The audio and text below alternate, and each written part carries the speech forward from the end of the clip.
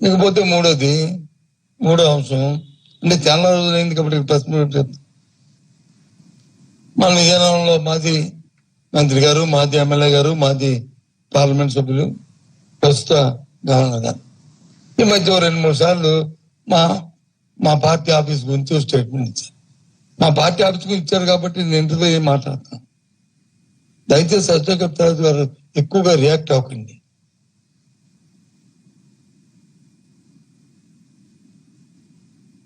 గురువింద కింద మచ్చు తాలూకా తత్వం వద్దు, మీ కింద మచ్చ చూసుకోండి.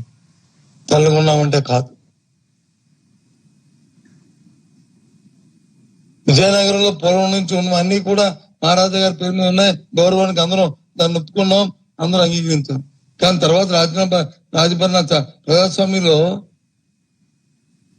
రాజభరణాల రద్దు వచ్చింది. జరిగిన పరిస్థితులు అన్నీ తెలుసు. వాటన్నిటి గురించి ఎక్కువగా మనం పోకూడదు.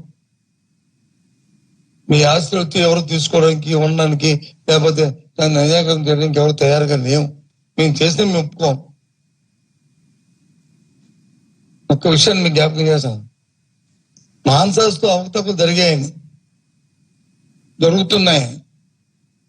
మాన్సాస్ ప్రభుత్వంలో కలిపిమని సాక్షాత్ అశోక్ గజపతిరాజు గారే ఆనంద్ గజపతిరాజు గారు ఉన్నప్పుడు లేఖ రాశారు. ఇది వాస్తవం కాదో చెప్పండి, తర్వాత నేను మాడతాను మిగతాన్ని, మేము మిగతాన్ని. మేము ఎప్పుడైనా మా పేపర్ మీద మా రైటింగ్ లో ఎప్పుడైనా రాసామా? ఎందుకు ఇది వచ్చినప్పుడల్లా ఏదో ఒక విషయం మాట్లాడటం? దయచేసి మీ గౌరవం మీరు కాపాడుకుంది. మీ ఏ విధంగా గౌరవం ఉన్నారో మాకు తెలుసు. ప్రతిదీ రాజకీయం గురించి, రాజకీయ రద్దు కోసం మాట్లాడద్దు. చెప్పండి, అన్ని చెప్తాం.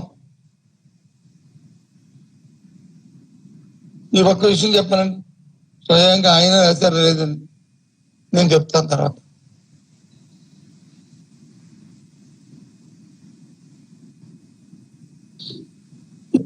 సర్ది సరే అవుతుంది, కాలాలు గడుస్తున్నాయి, ఇంకా ఎందుకు నేను అనుకుంటూ రోజు వచ్చినప్పుడల్లా వైసీపీ కార్యాలయానికి వచ్చి ఏదో అన్యాకరం తీసి ఏదో వ్యవస్థ పెట్టినారు. దాని పక్కనే ఇచ్చారు కదా మరి శంకర్ ఫౌండేషన్ కి,